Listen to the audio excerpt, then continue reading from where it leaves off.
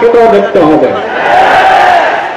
হেফাজত ইসলাম বাংলাদেশ শুধু দাবি করবে না, সকল মাসলাকের মানুষের পূর্ণ সমর্থন হেফাজতের প্রতি আছে। কারণ হেফাজত হচ্ছে বাংলাদেশে সর্ববৃহৎ ইসলামী অরাজনৈতিক সংগঠন। আজ আমি এই জনতার পক্ষ থেকে, বাংলাদেশের কোটি কোটি মুসলমানের পক্ষ থেকে হেফাজতের সম্মানিত আমিরের কাছে বলবো, হেফাজত রাজনীতিতে যাবে না, কিন্তু রাজনীতি নিয়ন্ত্রণ করতে হবে।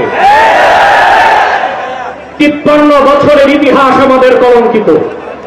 আলেম ওলামা পীর মাশায়েখ আর মাদ্রাসা ছাত্রদের পবিত্র রক্তে পা রেখে তারা ক্ষমতায় যায়, আর ক্ষমতায় যে ইসলাম ও মুসলমানকে চ্যালেঞ্জ করে। এ সুযোগ আর দেওয়া হবে না। অনতিবিলম্বে বিতর্কিত নারী কমিশনের সমস্ত প্রস্তাব বাতিল করলেই হবে না। যে নারী নামে হিজড়াগুলোই দুঃসাহস করেছে, গ্রেফতার করে তাদেরকে আইনের আওতায় আনতে। আরেকটি বিষয় হচ্ছে, ডক্টর ইউনূসকে বক্তব্য পরিষ্কার করতে হবে। 16 বছর ভারতীয় আধিপত্যবাদের বিরুদ্ধে আমরা রক্ত দিয়েছি।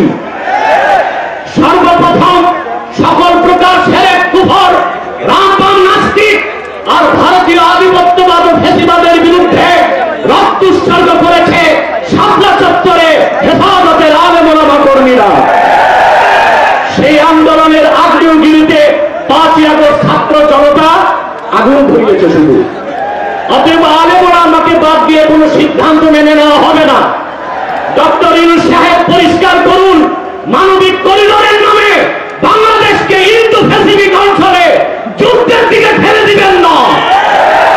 আমরা ভারতকে সাহায্য করেছি, যদি আটলান্টিকের উপর থেকে কেউ আগ্রাসন করতে আসে, বাংলাদেশের প্রত্যেকটি মাদ্রাসায় একটা ক্যান্টনমেন্ট হবে।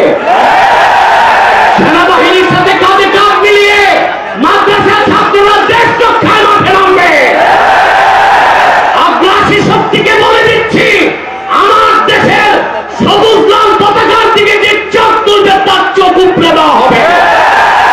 আমার বাংলার কোন 1 ইঞ্চি মাটিতে আগ্রাসনের থাবা বসাবে, সেই কালো হাত ভেঙে দেওয়া হবে।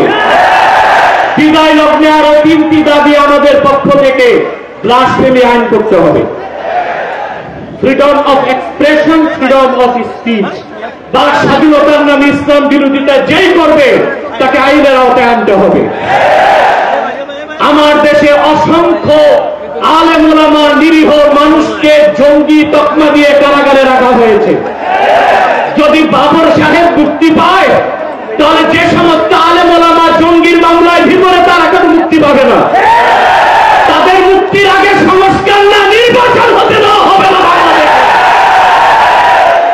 আমার 7ম দাবি, হেফাজতের পক্ষে বাংলাদেশের সমস্ত মাসলাককে এক প্ল্যাটফর্মে আনা সম্ভব একটি দাবি আদায়ের লক্ষ্যে। সেটা হচ্ছে বাংলাদেশে কাদিয়ানীদেরকে অবশ্যই অমুসলিম ঘোষণা করতে হবে। হেফাজত যদি ডাক দেয়, তাহরিকে খাতমে নবুয়্বত সারা বাংলাদেশের মাসলাক আসবে। আমরা কাদিয়ানীদেরকে অমুসলিম ঘোষণা